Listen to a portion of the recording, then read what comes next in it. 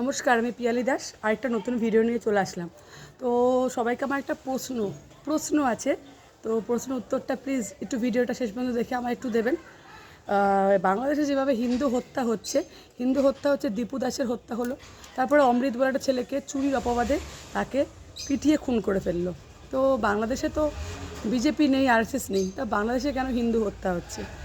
তো এটা আমায় একটু বলবেন। আরেকটা প্রশ্ন রইল, দীপু দাসের হত্যাতে সারা টলিউড তো করেনি, সরি, সারা ভারতবর্ষে কি পাড়া পৃথিবীতে যেভাবে সবাই প্রতিবাদ করছে, তো আমাদের পশ্চিমবঙ্গে কিছু টলিউডের বড় বড় সেলিব্রিটি আছে যারা গীতা পাঠে যখন ভেজ প্যাটিস থেকে চিকেন প্যাটিস হয় তখন তারা সবাই প্রতিবাদ করেছিল। তো আজকে যখন দীপু দাসকে মারা হলো, তখন কেন সেই সেলিব্রিটিরা বসে বসে কোনো উত্তর দিচ্ছে না? আমায় সেটা একটু জানাবেন, জানালে আমি খুব খুশি হই।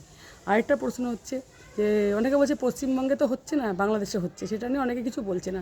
তো তারপরে তাদের আমি আরেকটা কথা বলছি, যে আছে যেই পশ্চিমবঙ্গের এক বিধায়ক বলেছিল, হুমায়ুন কবির, যে কেটে গঙ্গার জলে ভাসিয়ে দেবে ভাগীরথীতে হিন্দুদের। তো তোমার মনে হয় কি সেই পশ্চিমবঙ্গ সেই জায়গায় নেই? তো অলরেডি তারা 35% হয়ে গেছে। এবার যদি বেশি লেট করা হয় না, যদি বেশি লেট হয়, তাহলে কিন্তু পশ্চিমবঙ্গ বাংলাদেশের মতো সেম অবস্থা হবে।